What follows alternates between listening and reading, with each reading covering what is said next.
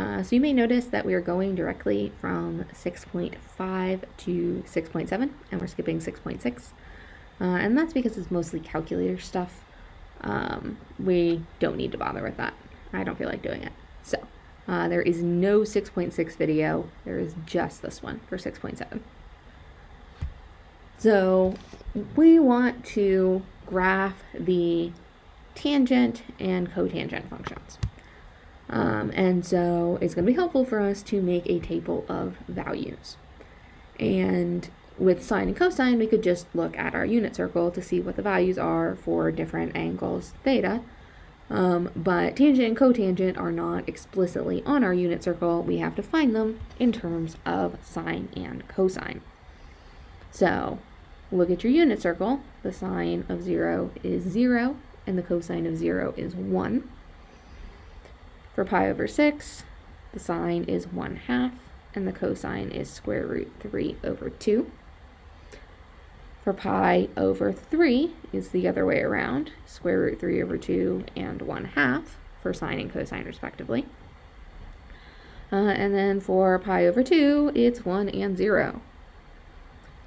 At 2 pi over 3, we have square root of 3 over 2 again for sine, and now our cosine is negative. It's a negative 1/2 because we are in quadrant 2. 5 pi over 6, they're going to switch. This is going to be a still positive 1/2 for sine. We're still in quadrant 2. It's going to be a 1/2 for sine and a negative root 3 over 2 for cosine. And 0 and negative 1 at pi. At 7 pi over 6, we have negative 1/2 and negative root 3 over 2. We're in quadrant 3, so both of our sine and cosine are negative. 4 pi over 3 is going to be negative root 3 over 2 and negative 1/2. And at 3 pi over 2, negative 1 and 0. And obviously that doesn't give us quadrant 4, but I ran out of room on this PowerPoint. So we can extrapolate the pattern to the fourth quadrant as well. So our tangent is going to be sine over cosine, which is 0 over 1 for the angle 0. 0 over 1 is 0. That was easy. For pi over 6, it's going to be 1/2 over square root 3 over 2. When we divide by a fraction, we multiply by the reciprocal. So that's going to be 1/2 times 2 over root 3. 2's cancel out. That's 1 over root 3. And if you rationalize the denominator, that's root 3 over 3. And we can look at a calculator to see what that is in just a second. For pi over 3, it's going to be root 3 over 2 over 1/2, which is root 3 over 2 times 2 over 1. The 2's cancel out again, and that's just root 3. For pi over 2, 1 over 0 is undefined.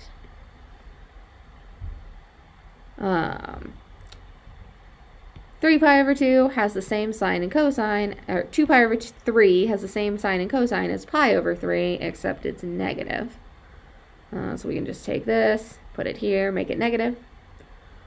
And 5 pi over 6 has the same sine and cosine as pi over 6, except it's negative. So that's going to be negative root 3 over 3. And then we're back to 0 over negative 1 is 0. And then at 7 pi over 6, right, same as 5 pi over 6, except now we're back to being positive. And 4 pi, because a negative divided by a negative is positive, 4 pi over 3 is the same as 2 pi over 3, except, again, positive because our negatives cancel out. And negative 1 over 0 is, again, undefined. Now, the cotangent is going to be the reciprocal of the tangent, or the cosine divided by the sine. So we start with 1 over 0, and that's undefined.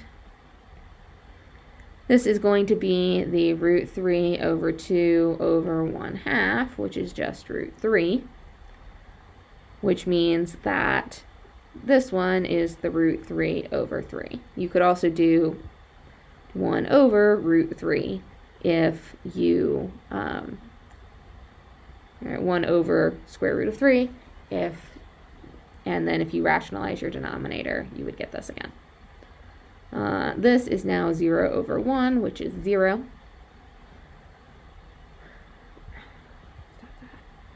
Again, negative root 3 over 3. This is just going to be negative square root 3. This is going to be negative 1 over 0, which is undefined. This is square root 3. This is root 3 over 3. And this is 0 over negative 1 is 0. So now we have a chart with some points that we can plot. So if we want to graph a tangent function, we start with the tangent of 0 is 0. Our tangent of pi over 6, which is not super well done on this graph, but it's going to be about there. Pi over 6 was the square root of 3 over 3. If we put that into the calculator, that's about 0.6. So a little bit over a half. So a point about right there. For pi over 3, that was just the square root of 3, which is about 1.7. 1.7 is about here. At pi over 2, right, our sine is 1 and our cosine is 0. Our function is undefined. And what happens there is that we have an asymptote. So our function, as we approach this asymptote, approaches infinity.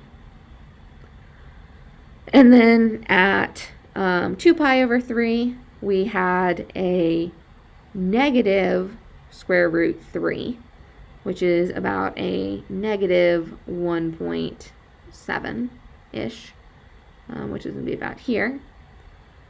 And then 5 pi over 6, it's negative square root 3 over 3, which is about 0.6, which is about here. And then at pi, it's 0 again. And then we get a positive root 3 over 3, and then a positive just root 3. And then at 3 pi over 2, we have another asymptote. So our function ends up looking like this. And so we can plot these points. At 2 pi, we go through 0 again. And that's going to be a point here and a point here, and that gives us this. And so we get this function. And so we end up with asymptotes at all of the odd pi over 2's. And so we get a function that looks something like this. And so say just over 0.5, and then over 1.5, and we're going to go up like this. And so this function is, just like the sine and cosine functions, this function is periodic. But the period of this, you'll notice it repeats every pi radians instead of 2 pi radians.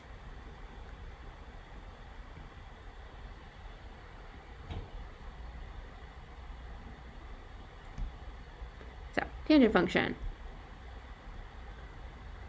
Tangent function has a period of pi, not 2 pi. The domain is all the real numbers except for the odd multiples of pi over 2. That's where you have the asymptotes. The range is the set of all real numbers. X-intercept's located at integer multiples of pi, and the y-intercept is 0. the cotangent function.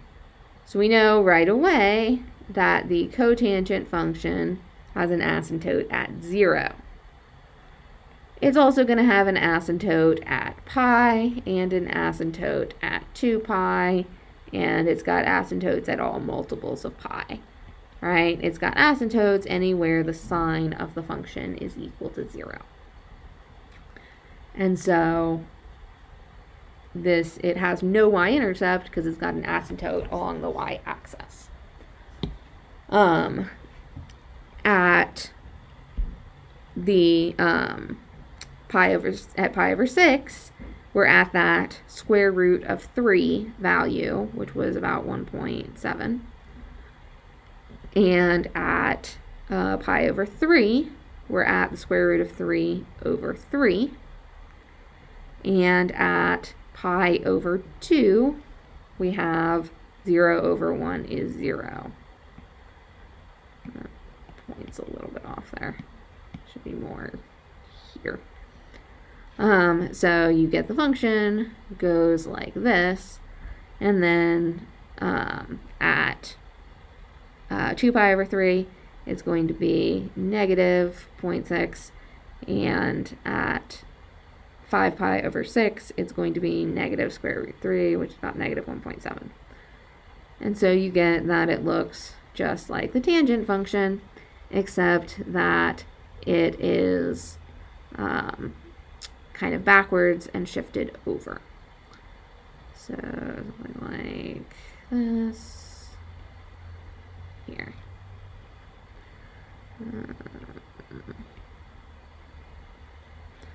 This is not my best graph, but you know.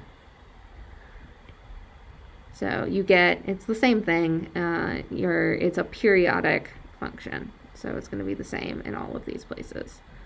Like that.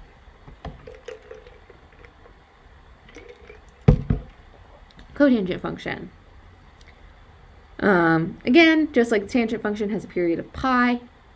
Your domain is the set of all real numbers except for the integers of pi. Integer multiples of pi, that's where you have asymptotes. The range is, once again, all real numbers. You have x-intercepts located at the odd multiples of pi, and no y-intercept because that's an asymptote there.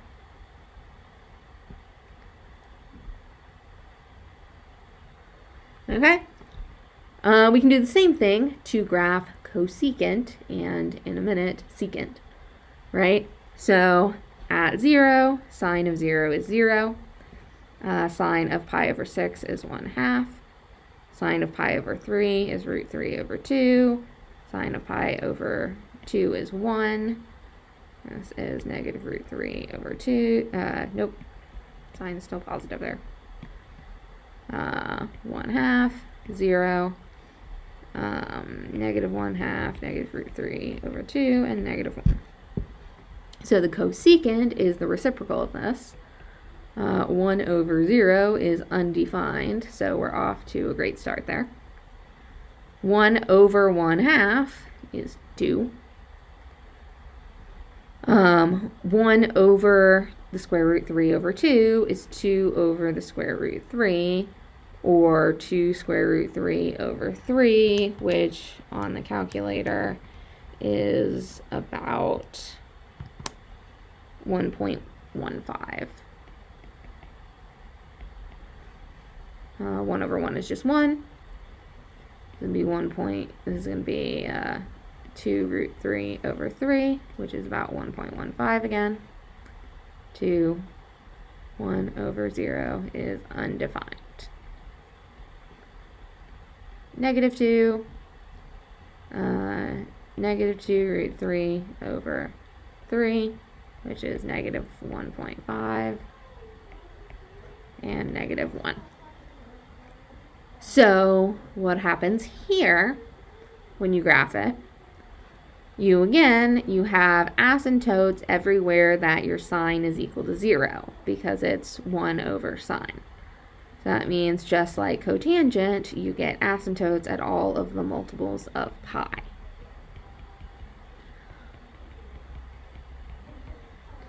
And then at pi over 6, we're at 2. It's not pi over 6. We're at 2. Pi over 3 was 2 square root 3 over 3, which was, we said, was about 1.15, so just over 1. And at pi over 2, we have a sign of 1. And then we go back up, and our function is this kind of U shape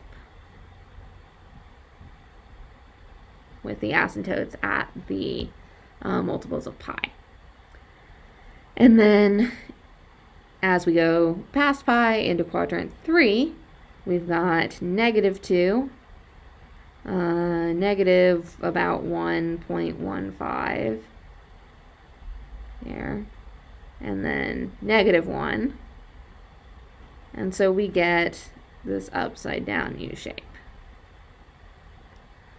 And if we go in the negative direction, we're also going to get that same kind of upside down U shape here. And so we're going to get like this. And then from between -2 pi and -pi, we're going to get something like this. So asymptotes at every integer multiple of pi, and between them we get these U shapes that are kind of positive or negative. So just like with sine, the period is 2 pi.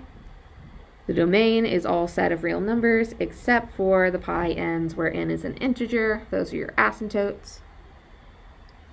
The range is the set of real numbers greater than or equal to 1 or less than or equal to -1. So we can write it like this. Right, -infinity to -1 and 1 to infinity. No x-intercepts because 0 is not in your range. No y-intercepts because you have an asymptote there. You have the bottom of the right side up U's at pi over 2 plus multiples of 2 pi. And you've got the tops of the right side up of the upside down U's at 3 pi over 2 plus multiples of 2 pi.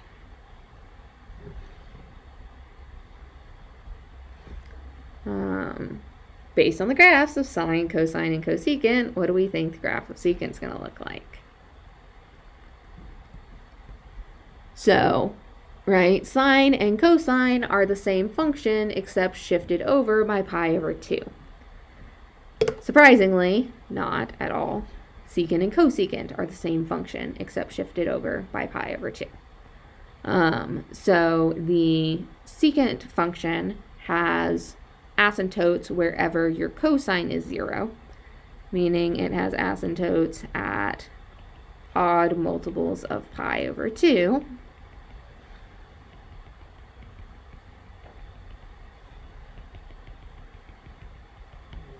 It's going to have a value of 1 when your angle is 0, right? Because cosine of 0 is 0. And then it's that same kind of U shape where it goes like this. And then on this side, it's going to be upside down. And on this side, it's going to be upside down here. And then we could also, at 2 pi, it would be, go like this. I'm not doing the best job of drawing right here, but you get the idea, right? So it looks just like the cosecant function except shifted over by pi over 2, just like the sine function is, or the cosine function is just like the sine function except shifted over by pi over 2. Period is 2 pi. Domain, just like sine and cosine. The domain is the set of real numbers, except for the odd multiples of pi over 2, where your asymptotes are. Just like cosecant, your range is from negative infinity to negative 1, and from 1 to infinity. No x-intercepts, because 0 is not in your range, but it does have a y-intercept at 1. And then the bottoms of the right side up u's are at the even multiples of pi, and the tops of the upside down u's are at odd multiples of pi.